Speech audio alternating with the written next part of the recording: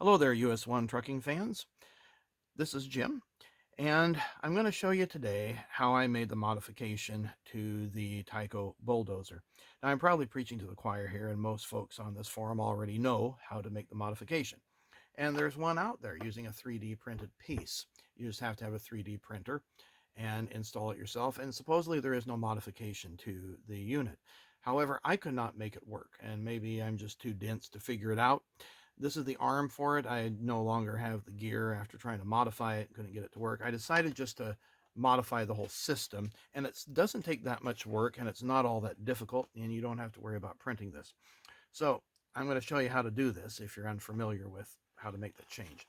So first off, what you need to do is remove the bulldozer, and it's simply, there's this axle here that just snaps into that fork.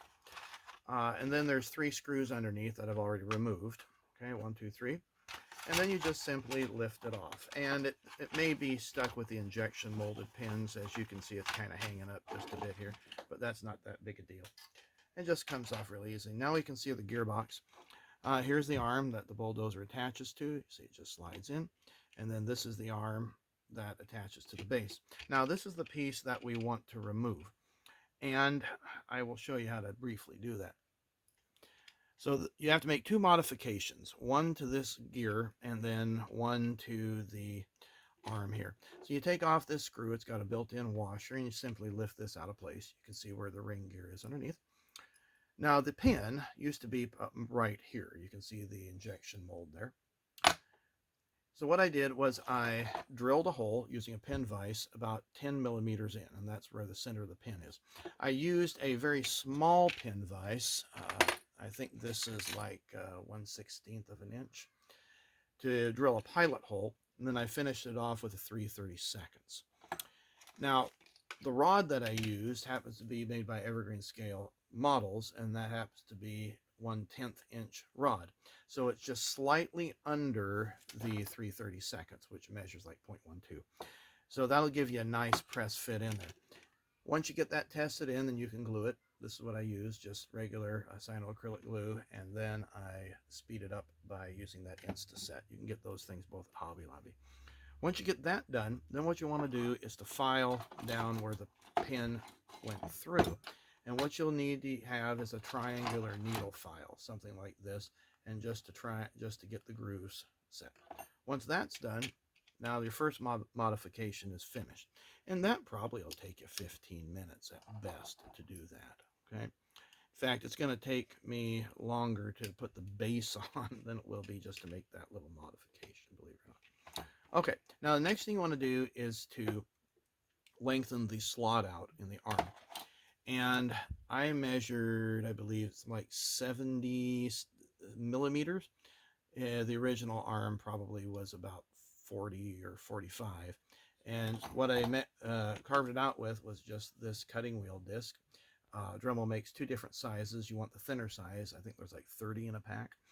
And then just cut that out. You know, mark it with a Sharpie, use a straight edge.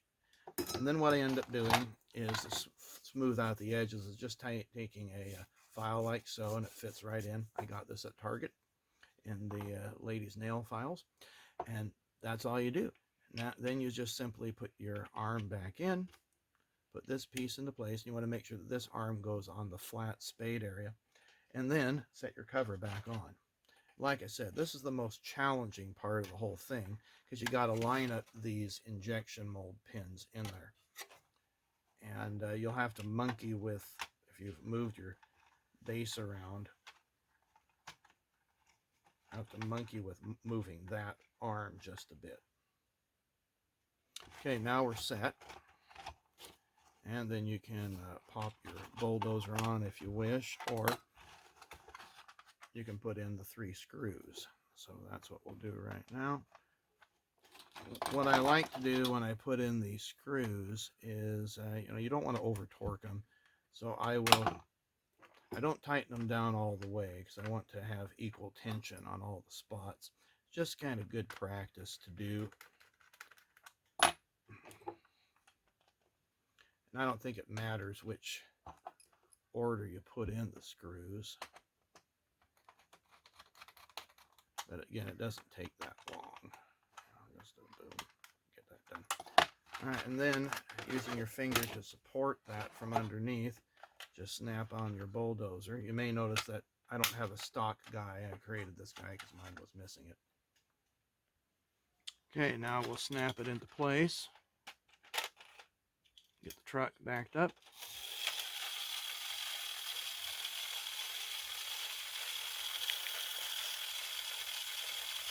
And you can see it fully works. I hope you enjoyed this tutorial, found it useful. Take care and stay healthy.